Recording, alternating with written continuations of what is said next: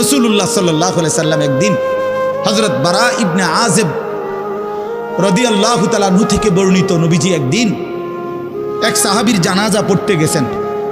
জানাজা পড়তে গিয়ে খালি কবরের সামনে কিছুক্ষণ দাঁড়াইছেন।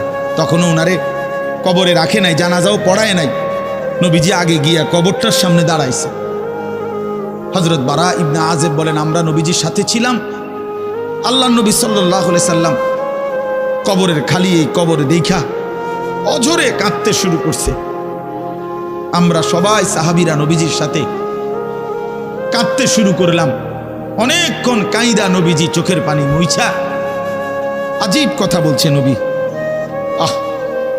রাসূলুল্লাহ সাল্লাল্লাহু আলাইহি সাল্লাম সাহাবীদেরকে লক্ষ্য করে বলছে, ইয়া ইখওয়ানি লিমিসলি হাদা ফাআইদ্দু, আমার বন্ধুরা, আমার সাথীরা, এই কবরে যাওয়ার জন্য তোমরাও রেডি হও। ফাআইদ্দু, তোমরাও প্রস্তুতি নাও। অচিরেই তুমি আমি সবাই এই কবরেই পৌঁছে যাইতে হবে। রাসূলুল্লাহ সাল্লাল্লাহু আলাইহি সাল্লাম বলছে, প্রিয় বন্ধু আমার, জওয়ান সাথী আমার, সামান্য এই কয়েকটি জওয়ানি নষ্ট না করা, কোনোভাবেই নষ্ট না করা।